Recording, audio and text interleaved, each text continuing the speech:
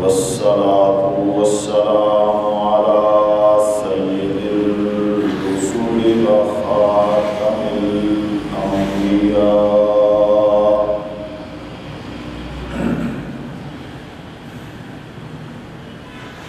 وعلى آله وأصحابه نجوم الهدى.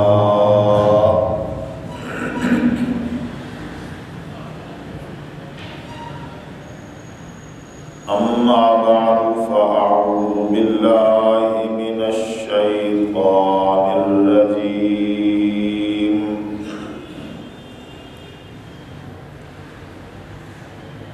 بسم الله الرحمن الرحيم.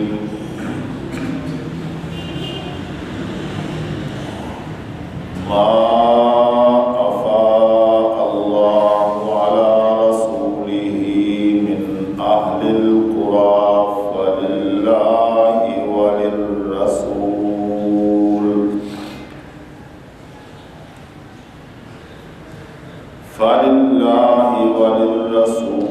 ولذي القربى واليتامى والمساكين وابن السبيل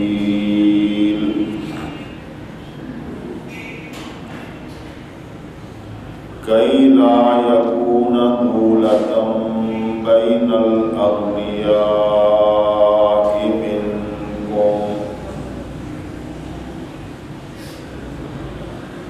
وما آتاكم الرسول فخذوه وما نهاكم عنه فانتهوا واتقوا الله إن الله شديد العقاب.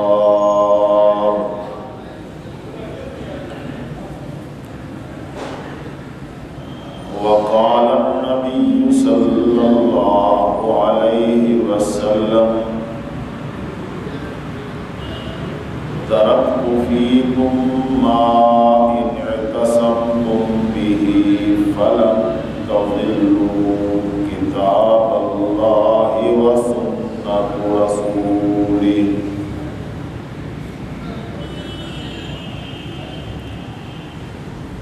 سبحانك لا علم لنا إلا ما علمتنا إنك أنت العليم الحكيم. رب اشرح لي صدري ويسر لي أمري واحلل عقدة من لساني يفقهوا قولي.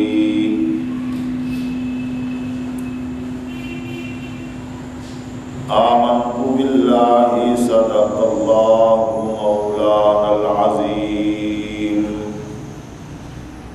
وصدق رسوله النبي الكريم الأمين. محترم حضرات، ماہ ربیع الاول کے دوران سید الکونین والثقلین سید الانبیاء والمرسلین سید الاولین والآخرین خاتم النبیین والمعصومین حضرت محمد رسول اللہ صلی اللہ علیہ وسلم کی حیات طیبہ اور سیرت مقدسہ کے ان چار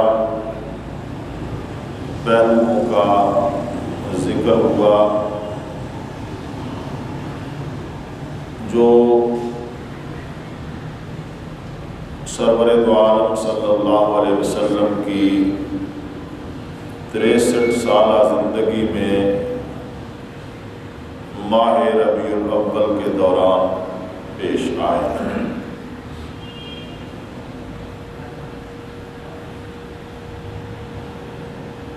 سن 11 ہجری کے ماہ ربیع الاول کی 12 تاریخ کو سرور دو عالم صلی اللہ علیہ وسلم صحابہ کرام کو، امہات المؤمنین کو اور اپنے گھرانے کے تمام افراد کو سوگوار چھوڑ کر رفیق اعلیٰ کی طرف منتقل ہو گئے اور آپ کی وفات کا واقعہ پیش آیا۔ یہ صدمہ امت کو برداشت کرنا پڑا۔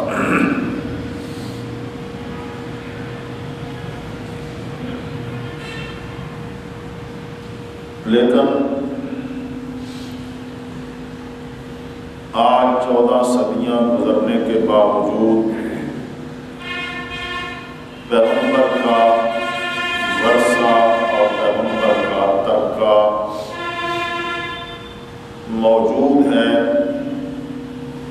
جو امت کی رہنمائی کر رہا ہے اور انسانوں کو ہدایت کی طرف دعوت دے رہا ہے۔ وہ ترکہ کیا ہے؟ ورثہ کیا ہے؟ انسانی زندگی کے تمام پہلوؤں کے لیے رہنما اصول اور ان پر عمل کرنے کا طریقہ۔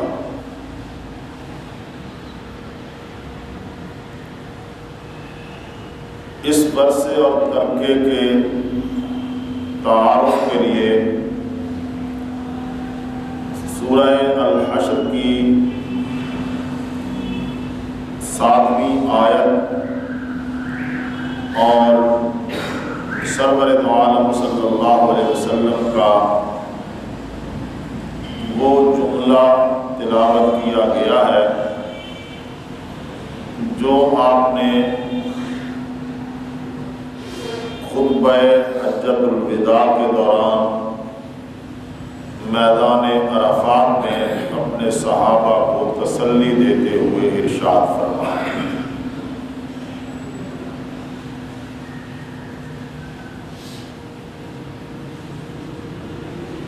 سورہ الحشر کی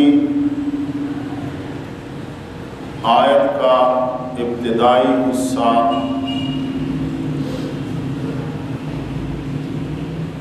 تو مال غنیمت کی تقسیم اور پھر اس کے بعد اسلام کے معاشی اور اقتصادی نظام کے لیے جو چیز بنیادی اصول کا درجہ رکھتی ہے اس کا ذکر ہوا۔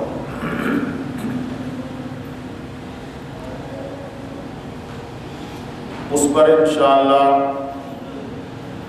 بعد کے خطبات جمعہ میں تفصیل کے ساتھ گفتگو ہوگی۔ آج جس جملے پر چند اہم اور بنیادی باتیں تمہید کے طور پر بیان کر رہا ہوں وہ جملہ ہے کہ جس میں اللہ تبارک و تعالیٰ نے ارشاد فرمایا کہ وَمَا آتَاكُمُ الرَّسُولُ فَخُذُوهُ وَمَا نَهَاكُمْ عَنْهُ فَانْتَهُوا وَاتَّقُوا اللَّهَ۔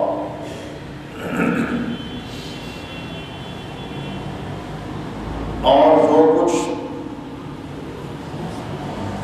تم کو رسول دے اسے لے لو اور جس سے منع کرے اسے چھوڑو۔ سارے معاملے میں اللہ سے ڈرتے رہو، کیونکہ ان اللہ شدید العقاب، اللہ سخت عذاب دینے پر قادر ہے۔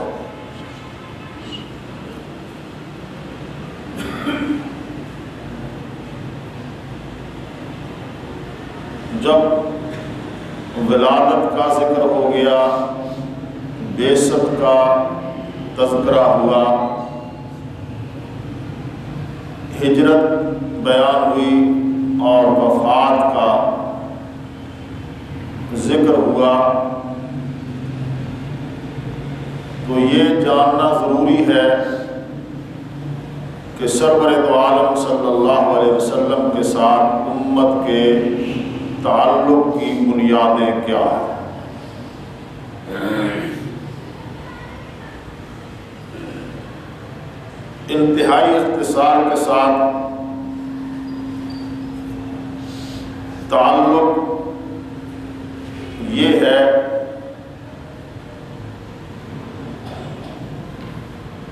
کہ جناب محمد صلی اللہ علیہ وسلم کو اللہ کا رسول اور آخری نبی مانا جائے، اس کو کہتے ہیں ایمان۔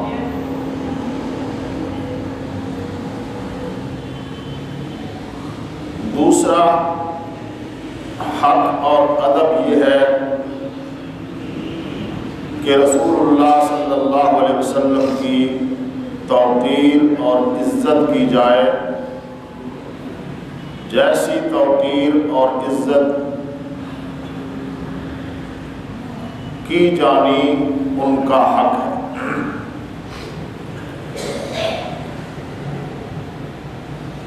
تیسرا تعلق اور ادب یہ ہے کہ سرور دو عالم صلی اللہ علیہ وسلم کو محبوب سمجھا جائے، دنیا کی تمام محبتوں سے، رشتوں سے، حتیٰ کہ اپنی جان سے بھی زیادہ نبی کریم صلی اللہ علیہ وسلم کی محبت دل میں پیدا ہو، آپ کو محبوب مانا جائے۔ اور چوتھی بات ہے کہ نبی کریم صلی اللہ علیہ وسلم کی غیر مشروع آنکھیں بند کر کے اطاعت کی جائے۔ جس کسی معاملے میں دلیل مل جائے، سند مل جائے اور ثبوت مل جائے علمی طور پر کہ نبی کریم صلی اللہ علیہ وسلم نے اپنی امت سے تقاضا کیا ہے اس بات کا، تو سوچے سمجھے بغیر اس پر لیت و لعل کرنے کی بجائے سر تسلیم خم کر لیا جائے اور اس کی اطاعت کی جائے۔ یہ پیغمبر دو عالم کا امت کے ذمہ حق ہے اور پیغمبر کا ادب۔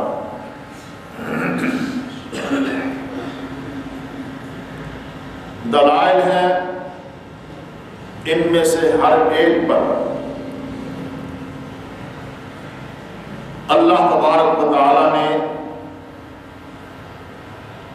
حکم دیا ہے، رسول اللہ صلی اللہ علیہ وسلم نے تقاضا کیا ہے اور صحابہ کرام نے اس پر عمل کر کے عملی نمونہ پیش کیا ہے۔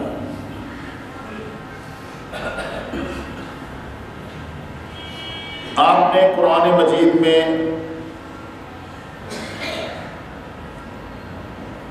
تلاوت کرتے ہوئے بارہا یہ آیت کریمہ پڑھی ہے،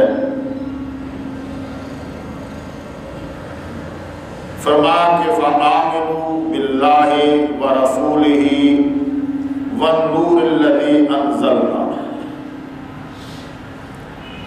ایمان لاؤ اللہ پر، اللہ کے رسول پر اور اس نور پر جو ہم نے اتارا۔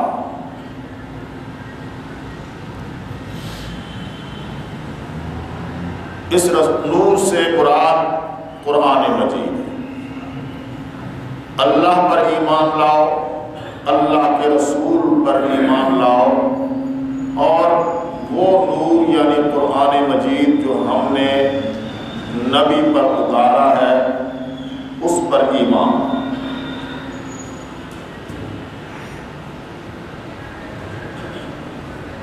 توقیر اور عزت و احترام کے بارے میں 26ویں پارے میں اللہ تبارک و تعالیٰ نے ارشاد فرمایا کہ انا ارسلناک شاہدا و مبشرا و نذیرا لتؤمنوا باللہ ورسولہ وتعزروہ وتوقروہ وتسبحوہ بکرۃ واسیلا۔ ہم نے اے نبی آپ کو شاہد، مبشر اور نذیر بنا کے بھیجا ہے، اور اس لیے کہ تاکہ لوگ ایمان لائیں اللہ پر،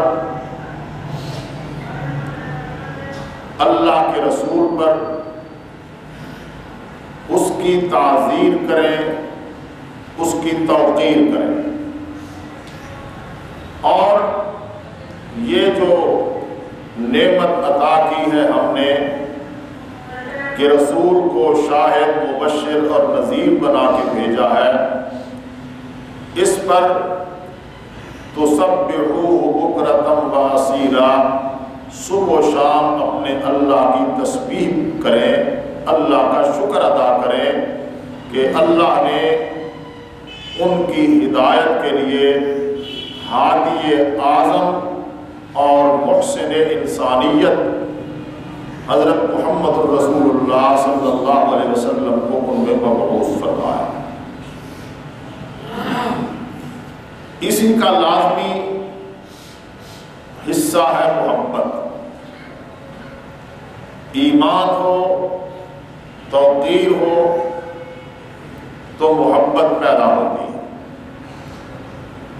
جب معلوم ہو کہ نبی کی شان یہ ہے، نبی کا مقام یہ ہے، نبی کا مرتبہ یہ ہے، تو پھر عزت بھی پیدا ہوتی ہے، دل میں احترام بھی پیدا ہوتا ہے اور محبت بھی پیدا ہوتی ہے۔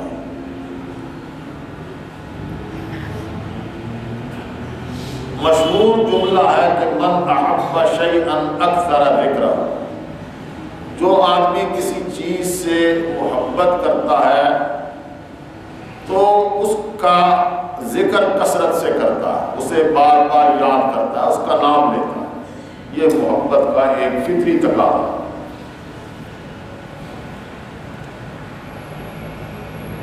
اس اعتبار سے سرور دو عالم صلی اللہ علیہ وسلم سے محبت کا تقاضا ہے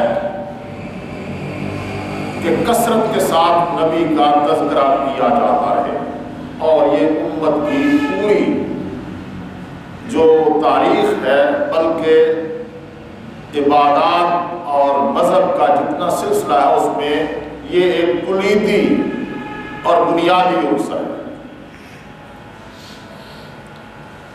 کہ اذان ہو تو اس میں اللہ کا ذکر ہے، نبی کا ذکر بھی ہے، اقامت ہو اس میں اللہ کا ذکر ہے، اللہ کے نبی کا ذکر ہے، نماز ہو اس میں اللہ کا ذکر ہے، نبی کا ذکر بھی ہے، بلکہ نبی کے طریقے کے مطابق نماز ہوتی ہے، ہر معاملے میں ہمارے سامنے نماز کے تمام ارکان اور تمام مسائل کے لیے نبی کی تعلیم سامنے رہتی ہے کہ نبی نے یوں کیا اس لیے ہم یہ کر رہے ہیں، نبی نے یہ کہا اس لیے ہم یہ کر رہے ہیں۔ اور آخر میں تو السلام علیکہ ایھا النبی اشہد ان لا الہ الا اللہ و اشہد ان محمدا عبدہ ورسولہ اللہم صلی علی محمد، یہ سب کچھ نبی کا ذکر ہے۔ عام زندگی میں نبی کا ذکر، تذکرہ، اس کے لیے پھر اللہ تبارک و تعالیٰ نے مستقل احکام دیے۔ اطاعت مستقل حکم ہے کہ میں یہ قدم اٹھا رہا ہوں، میں یہ کام کرنے جا رہا ہوں، کیوں؟ اس لیے کہ نبی نے یہ کام کیا۔ زندگی کا ایک ایک عمل، ایک ایک پہلو، اس کے پیچھے پیغمبر دو عالم صلی اللہ علیہ وسلم کا اسوہ حسنہ۔ پھر مستقل حکم دیا جسے ہم عام لفظوں میں درود و سلام کہتے ہیں، اور اس کے لیے اللہ تبارک و تعالیٰ نے لفظ ایسے استعمال کیے ہیں کہ جن سے زندگی کے تمام پہلوؤں میں پیغمبر دو عالم صلی اللہ علیہ وسلم کے تذکرے کا ایک پہلو ملتا ہے۔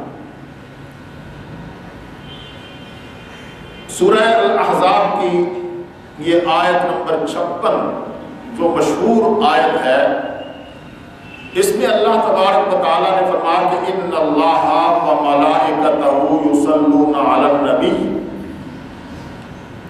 بے شک اللہ اور اس کے فرشتے رسول پر رحمت بھیجتے رہتے ہیں۔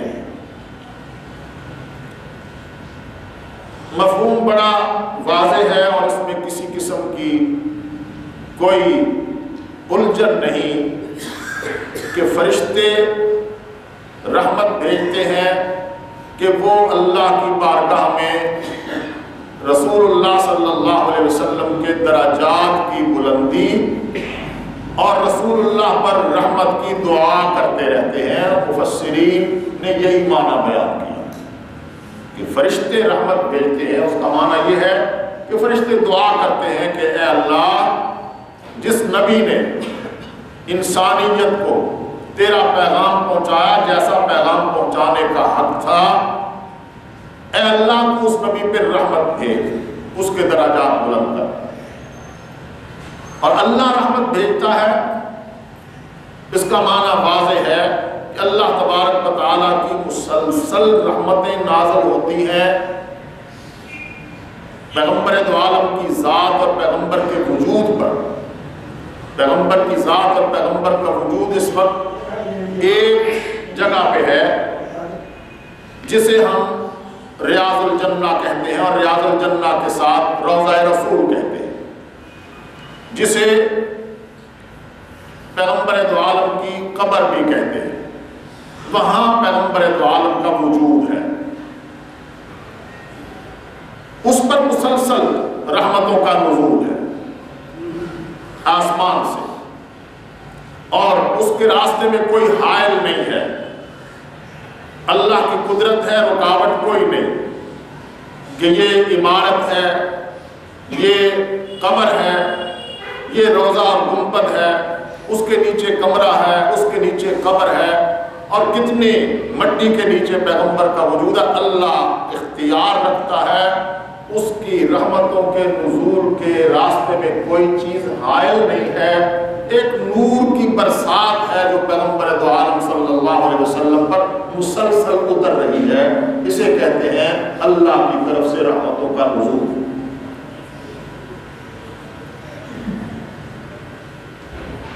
پیغمبر دو عالم میرے اور آپ کے درود کے محتاج نہیں ہے کہ ہم اپنے فیصلے کریں کہ ہم نے کیسے درود بھیجنا، اور اس میں ہم پیغمبر دو عالم کی تعلیمات بھی رون کر رکھ دیں، صحابہ اکرام کے طرز عمل کو بھی رون کر رکھ دیں، اور یہ کہیں کہ ہم درود بھیجتے ہیں اور ہمارا یہ کام ہے. یہ ہمارا کام نہیں ہے. اللہ کا حکم ہے، ہمیں اس حکم کی تعمیل کرنی چاہیے. اس سے بڑی بات کیا ہے؟ اسے عقیدہ اور ایمان سمجھے کہ سرور دو عالم صلی اللہ علیہ وسلم نے فرمایا روزانہ صبح و شام 70,000 فرشتے اترتے ہیں اور میری قبر پر کھڑے ہو کر مجھ پہ درود پڑھتے ہیں اور واپس چلے جاتے ہیں. جن 70,000 نے ایک دفعہ درود پڑھا ہے پھر قیامت تک ان کی باری نہیں آئے گی. اللہ کے فرشتوں کی تعداد کا آپ اندازہ کر لیں، لیکن روزانہ 70,000 فرشتے پیغمبر پر آ کر درود پڑھتے ہیں. یہ پیغمبر کا حق ہے، پیغمبر کی شان. حکم فرمایا کہ یا ایھا الذین آمنوا صلوا علیہ وسلموا تسلیما. اے ایمان والو، رحمت بھیجو اس پر، یعنی رسول اللہ صلی اللہ علیہ وسلم، اور سلام بھیجو سلام کہہ کر. شاہ عبد القادر رحمۃ اللہ علیہ نے ترجمہ یوں ہی لکھا ہے. دونوں لفظوں کو ملا لیں تو ہم یہ کہیں کہ صلو علیہ وسلموا تسلیما، پیغمبر دو عالم پر صلاۃ و سلام بھیجا کرو اے ایمان والو.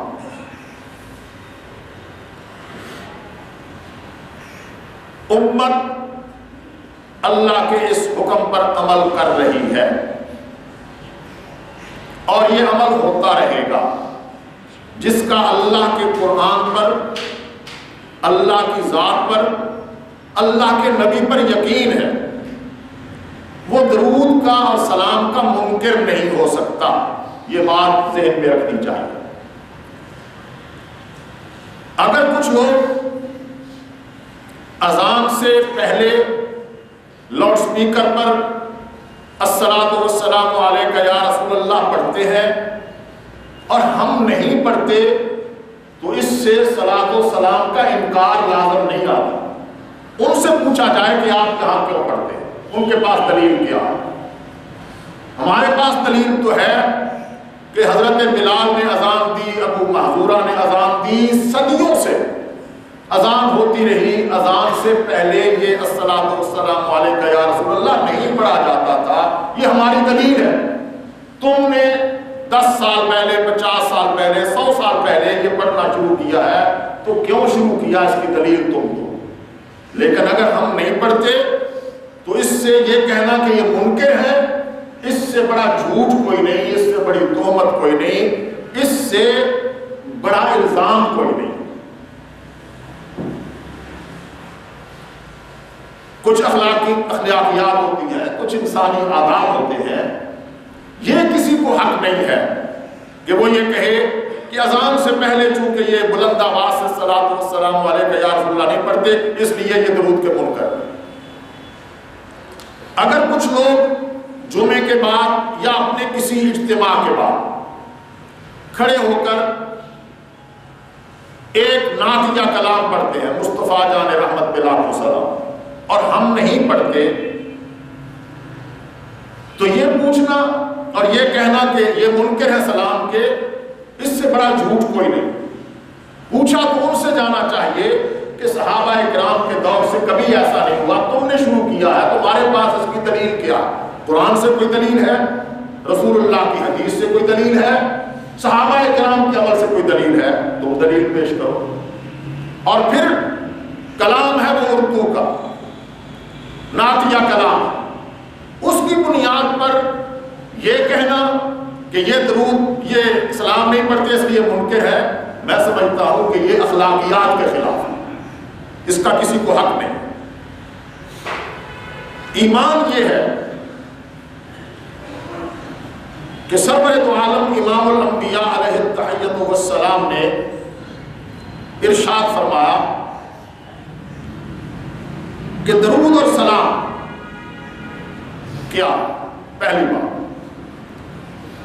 یہ جب آیت نازل ہوئی تو صحابہ اکرام نے پیغمبر دو عالم سے سوال کیا. بخاری شریف کی حدیث ہے، صحیح ہے، میں موجود ہے کہ اللہ کے پیغمبر ہم سلام تو پہلے سے آپ پر پڑھتے ہیں، السلام علیکم ایھا النبی، یہ سلام یا نماز کے اندر جب ہم کہتے ہیں السلام علیکم ایھا النبی تو یہ سلام ہے۔ صحابہ نے پوچھا کہ اللہ کے پیغمبر سلام کو تو ہم جانتے ہیں، یہ اب حکم آیا ہے کہ صلو، صلاۃ بھی پڑھا کرو، تو اے اللہ کے نبی کیف نصلی علیک، ہم آپ پر کس طرح صلاۃ پڑھا کریں؟ تو چاہیے احادیث ساری دیکھ لیجئے، پیغمبر دو عالم صلی اللہ علیہ وسلم نے فرمایا قولوا اللہم صلی علی محمد و آل محمد کما صلیت علی ابراہیم، جسے ہم درود ابراہیمی کہتے ہیں۔ فرمایا کہ اللہ کے اس حکم پر عمل کرنے کا طریقہ یہ ہے کہ تم یوں درود ابراہیمی پڑھا کرو۔ یہ پیغمبر دو عالم کا جواب۔ سوال یہ ہے کہ پیغمبر کے جواب سے بغاوت کون کر رہا ہے اور پیغمبر دو عالم کے جواب پر عمل کون کر رہا ہے؟ یہ ایک میزان ہے، فیصلہ بھی ہو۔ قرآن مجید نے یہ کہا کہ جب نماز ادا کر سکو جمعے کی تو فانتشروا فی الارض، پھر تم زمین میں منتشر ہو جاؤ، وابتغوا من فضل اللہ۔ نماز ختم ہو گئی، جماعت ہو گئی، اس کے بعد سنت پڑھ لی، نفل پڑھ لی، نماز مکمل ہو۔ اب قرآن مجید کا حکم یہ ہے کہ فانتشروا فی الارض وابتغوا من فضل اللہ۔ اور کچھ لوگ کہیں کہ نہیں، اللہ کے حکم پر منتشر ہونے کی بجائے کچھ دیر ٹھہر جاؤ، ہم ایک نعتیہ کلام پڑھیں گے، تو ان سے دلیل مانگنی چاہیے۔ یہ کام کا آغاز کیا ہے آپ نے، اس کو ایجاد کہا جاتا ہے، اس کو اطاعت نہیں کہا جاتا، یہ ایجاد ہے۔ یہ ایجاد جب آپ نے 20 سال، اور جس کا وہ نعتیہ کلام ہے وہ 1920-21 میں فوت ہوا، یعنی یہ اسی صدی کا معاملہ ہے، اس سے پہلے وہ نعتیہ کلام ہی نہیں تھا، تو اس سے دلیل مانگنی چاہیے۔ میں ایک بات آپ کو تعلیم اور تربیت کے طور پر عرض کرنا چاہتا ہوں، انتہائی اہم۔ متاثر نہ ہو اکثریت سے، متاثر نہ ہو شور شرابے سے، متاثر نہ ہو اس بات سے کہ حکومتی سرپرستی، سیاستدانوں کی سرپرستی اور پشت پناہی کسے حاصل ہے اور کسے حاصل نہیں ہے، اس سے متاثر نہ ہو۔ ہمیں متاثر ہونا ہے کہ اللہ اور اس کے رسول کے دلائل کی سرپرستی کسے حاصل ہے۔ ایک سنت، اور جب سنت چھوٹ جائے تو اس جگہ کو پر کرنے کے لیے لوگ ایجاد کرتے ہیں، اسے کہتے ہیں بدعت۔ بہت سخت وعید ہے، بہت زیادہ تفصیلاً میں گفتگو نہیں کرتا۔ سرور دو عالم صلی اللہ علیہ وسلم نے فرمایا، اور حضرت غزیف ابن الحارث الصومالی رضی اللہ تعالیٰ عنہ اس کی روایت کر رہے ہیں کہ پیغمبر دو عالم صلی اللہ علیہ وسلم نے فرمایا ما احدث قوم بدعتا الا رفع مثلها من السنہ۔ جب کوئی قوم بدعت اختیار کرتی ہے، ایجاد کرتی ہے، تو اللہ تبارک و تعالیٰ کے یہاں سے سزا کیا ملتی ہے؟ فرمایا رفع مثلها من السنہ، وہ جو بدعت اختیار کی گئی اسی طرح اس جگہ پہ جو پہلے سنت تھی وہ سنت ان سے اٹھا لی جاتی، محروم کر دیے گئے پیغمبر کی سنت سے، پیغمبر کے طریقے کی برکت سے۔ رفع مثلها من السنہ، لہذا نبی نے تو اپنی شان کے مطابق یہ کہا کہ فتمسکم بسنت خیر من احداث بدعت۔ اے میری امت کے لوگوں، سنت کے ساتھ چمٹے رہنا یہ بدعت ایجاد کرنے سے بہتر ہے۔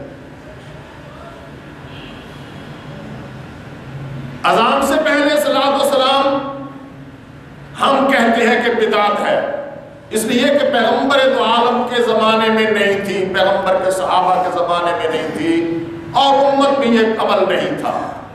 ایک بدعت پر اصرار کرنا اور جو آدمی اس پر عمل نہ کرے اسے درود کا منکر کہہ دینا، یہ ہے پیغمبر کی تعلیم سے بغاوت۔ ایسا نہیں۔ اجتماع کے بعد کھڑے ہو کے کچھ لوگوں کا نعت یا کلام پڑھنا یہ بدعت ہے۔ اس پہ میں دلائل دیتا ہوں، جس کو جی چاہے وہ میرے ساتھ بات کرے۔ یہ بدعت ہے اور بدعت سے نفرت ہونی چاہیے۔ بدعت کے بارے میں کبھی اپنے دل میں اور اپنے عقیدے میں نرم گوشہ نہ رکھے۔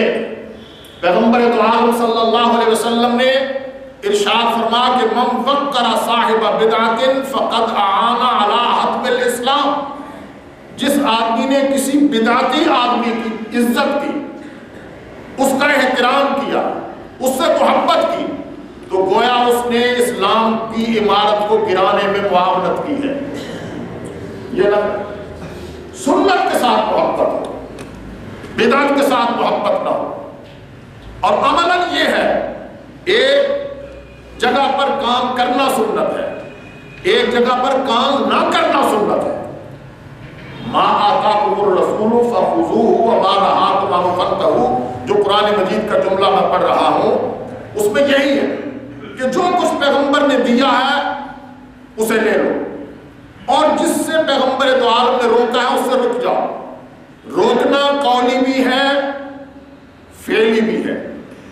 جو کام ایک وقت میں کیا جانا ممکن تھا پیغمبر نے نہیں کیا، تو یہ اس بات کی دلیل ہے کہ پیغمبر کرنا نہیں چاہتے، اس سے رک جاؤ۔ اور حضرت حسان نے رضی اللہ تعالی عنہ، جو پیغمبر دو عالم صلی اللہ علیہ وسلم کے وہ صحابی ہیں جنہیں عرب کی پورے تاریخ میں شعر اور نظم کا امام مانا جاتا ہے، اور پیغمبر دو عالم صلی اللہ علیہ وسلم کا قصیدہ، پیغمبر کی نعت، ہم نے یہ سمجھا ہے کہ حسان کا عمل ہے۔ پیغمبر دو عالم کی اس حدیث کے ساتھ ہی حضرت حسان کا ارشاد ہے، فرمایا کہ مبتدع قوم بدعۃ فی دینہم الا نزع اللہ من سنتہم مثلھا۔ پیغمبر نے اپنی شان کے مطابق لفظ کہے تھے کہ رفع، سنت اٹھا لی جاتی ہے۔ حضرت حسان نے اپنی محبت، اپنے جذبے اور اپنے ایمان کی بنیاد پر لفظ استعمال کی۔ وہ شان نبوت تھی، یہ سنت کے ساتھ حضرت حسان کا جذبہ۔ فرمایا کہ مبتدع قوم بدعۃ فی دینہم، جب کبھی کوئی قوم دین کے معاملے میں کوئی بدعت ایجاد کرتی ہے تو الا نزع اللہ من سنتہم مثلھا، اللہ تبارک و تعالی اس کے برابر ایک سنت ان سے کھینچ لیتے، چھین لیتے، نزع اللہ چھین لیتے۔ ثم لا یعیدھا الیہم الی یوم القیامہ، پھر وہ سنت انہیں قیامت تک واپس نہیں لوٹائی جاتی۔ جن لوگوں نے جان بوجھ کر دین کے معاملے میں بدعت کو ایجاد کیا ہوگا، اللہ تبارک و تعالیٰ قیامت تک ان کو سنت کی نعمت سے ہمیشہ ہمیشہ کے لیے محروم کر۔ تو پیغمبر دو عالم صلی اللہ علیہ وسلم کی سنت کی اپنی قدر و قیمت ہے، اور بدعت کا اپنا مقام ہے کہ اس کے ساتھ کیسا سلوک کیا جائے۔ اتنی بات کہ پیغمبر دو عالم سے محبت کے تقاضوں میں یہ ہے کہ پیغمبر دو عالم صلی اللہ علیہ وسلم پر کثرت سے درود پڑھا جائے۔ یہ ایمان ہے، یہ عقیدہ ہے، یہ اللہ تبارک و تعالیٰ کا حکم ہے۔ درود کیسے پڑھا جائے؟ ہم یہاں پڑھ رہے ہیں تو سیدھی سادی بات ہے کہ پیغمبر نہیں سن رہے، سننے والی ہر جگہ پر ذات کون سی ہے؟ وہ اللہ کی ذات ہے۔ پیغمبر اپنے حجرے میں، اپنی قبر میں، اپنے روضے میں ہے۔ پیغمبر دو عالم صلی اللہ علیہ وسلم یہاں سے ہمارا پڑھا ہوا درود اپنے کانوں سے سن نہیں رہے۔ اگر کسی کے پاس دلیل ہے کہ میں سمنا بعد میں درود پڑھتا ہوں اور پیغمبر تک میری آواز میں اتنی قوت ہے وہ پہنچ جاتا ہے. وہ دلیل دے. یا یہ کہ میں جب پڑھنے لگتا ہوں تو پیغمبر آ جاتے ہیں میرے پاس, جیسے ہمارے یہاں یہ کہا جاتا ہے کہ ہمارے گھر میں بھی ہو چراغ رسول اللہ. مجھے کہا جاتا ہے کہ جب ہم کوئی اہتمام کرتے ہیں, کچھ لوگوں کو جمع کرتے ہیں, دعوت نامہ بھیجتے ہیں, تو حضور صلی اللہ علیہ وسلم بھی ہماری اس تقریب میں, اس اجتماع میں خود بخود تشریف لے آتے ہیں. اس کے لیے اگر اس کے پاس کوئی دلیل ہے تو وہ دلیل پیش کرے. ہمارے پاس دلیل ہے. ہمارے پاس دلیل یہ ہے کہ سرور دو عالم امام الانبیاء علیہ التحیۃ والسلام نے فرمایا ان للہ ملائکۃ سیاحین فی الارض. اللہ تبارک و تعالیٰ کے کچھ فرشتے ہیں جو زمین میں گھومتے رہتے ہیں اللہ کے حکم پر. انہیں اس بات پر مامور کر دیا گیا کہ گھومتے چکر لگا. یبلغون عن امتی السلام, میری امت کے لوگ جہاں کہیں بھی مجھ پر درود پڑھ رہے ہوتے ہیں, سلام پڑھتے ہیں, تو وہ فرشتے اس درود و سلام کے لفظوں کو جمع کرتے ہیں, سمیٹ کر روضہ رسول پہ میرے پاس آ کر پیش کرتے ہیں. ہمارے پاس دلیل ہے. پیغمبر دو عالم صلی اللہ علیہ وسلم کا ارشاد گرامی. اس سے بھی واضح دلیل, پیغمبر دو عالم صلی اللہ علیہ وسلم نے فرمایا کہ من صلی علیہ نائیا ابلغتہ, من صلی علیہ عند قبری سمعتہ. جس آدمی نے مجھ پر میری قبر کے پاس آ کر درود پڑھا, دعا کرے اللہ تعالی ہم سب کو بیت اللہ کی زیارت نصیب فرمائے, مسجد نبوی میں جانا نصیب فرمائے. پیغمبر دو عالم نے فرمایا من صلی علیہ عند قبری سمعتہ, جو آدمی میری قبر پر آ کر مجھ پہ درود پڑھے گا میں اسے سنوں گا. یہ نبی نے فرمایا واضح. اس کے اگلے دو پہلو ہیں. ایک پہلو تو یہ ہے کہ پیغمبر دو عالم نے فرمایا کہ ما من احد یسلم علی الا رد اللہ علی روحی حتی ارد علیہ السلام. جب کوئی آدمی یہاں آ کر مجھ پہ سلام پیش کرتا ہے, الصلاۃ والسلام علیک یا رسول اللہ پڑھتا ہے, تو مجھ پر میری روح لوٹا دی جاتی ہے اور میں سنتا بھی ہوں اور اس کے سلام کا جواب بھی دیتا ہوں. تو آپ یہ کرو کہ اللہ ہمیں اس منزل پر لے جائے, وہاں اس مقام پہ اللہ بکھائے. الا رد اللہ علیہ روحی, یعنی جو موقف ہمارا ہے ہم اس پر پیغمبر دو عالم صلی اللہ علیہ وسلم کی احادیث سے دلائل پیش کرتے ہیں. اگر اس کے مقابلے میں کسی اور کا کوئی موقف ہے تو اسے اپنے موقف پر دلائل پیش کرنے چاہیے, اور اگر دلیل نہیں ہے تو پھر اسے وہ موقف چھوڑ دینا چاہیے. تام نہیں کرنا چاہیے, ہم پہ خود شرمندہ ہونا چاہیے کہ بغیر دلیل کے میں نے ایک موقف اختیار کر رکھا ہے, اور جو میری بات نہیں مانتا میں انتقام بھی کر رہا ہوں. انہیں چاہیے کہ وہ لوٹ آئیں بدعت سے سنت کی طرف. اور فرمایا کہ من صلی علیہ عند قبری سمعتہ, جس نے مجھ پر میری قبر پہ آ کے سلام پڑھا میں نے اسے سن لیا, میں اسے سنتا ہوں. ومن صلی علیہ نائیا ابلغتہ, اور جس نے دور کہیں سے مجھ پہ سلام پڑھا, مجھ پہ درود پڑھا, تو ابلغتہ, میں اللہ کا نبی ضمانت دیتا ہوں کہ وہ درود مجھ تک پہنچایا جائے گا. یہ نہیں کہا کہ میں سن لیتا ہوں دور سے پڑے ہوئے کو کہ میری قوت سامعہ نبی کی شان کے مطابق اتنی زیادہ ہے, یا اس کی آواز میں اتنی تاثیر بن جاتی ہے, وہ اتنا بڑا آدمی بن جاتا ہے مجھے درود پڑھتے ہوئے, تو اس کی آواز فضاؤں کو اور فاصلوں کو اور ساری چیزوں کو چیرتی چیرتی چیرتی جہاں پہنچ جاتی ہے. نہ اس کی آواز میں یہ تاثیر ہے, نہ پیغمبر دو عالم کو اس طرح گھر گھر جا کے اپنے لیے درود جمع کرنے کی ضرورت ہے.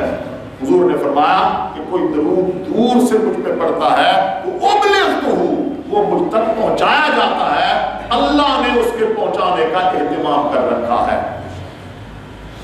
تو یہ پیغمبر دو عالم کے ساتھ ہمارے تعلق کی بنیاد ہے کہ من احب شیئا اکثر ذکرہ, جو آدمی کسی کے ساتھ محبت کرتا ہے اس کا کثرت سے ذکر کرتا ہے. نماز میں بھی درود پڑھے گا, اذان میں بھی پڑھے گا, دعا کرے گا تو کہے گا الصلاۃ والسلام علی الحمدللہ رب العالمین والعاقبۃ للمتقین الصلاۃ والسلام علی سید الانبیاء والمرسلین. یہ دعا بھی پڑھے گا تو درود پڑھے گا. یہ پیغمبر دو عالم سے محبت اور تعلق کے تقاضے ہیں.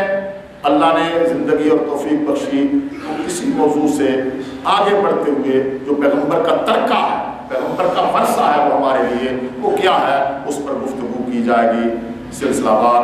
اللہ مجھے اور آپ کو پیغمبر سے سچی محبت نصیب فرمائے. أنا العبد الذي كسب الذنوب وصدته الأماني أن يتوب.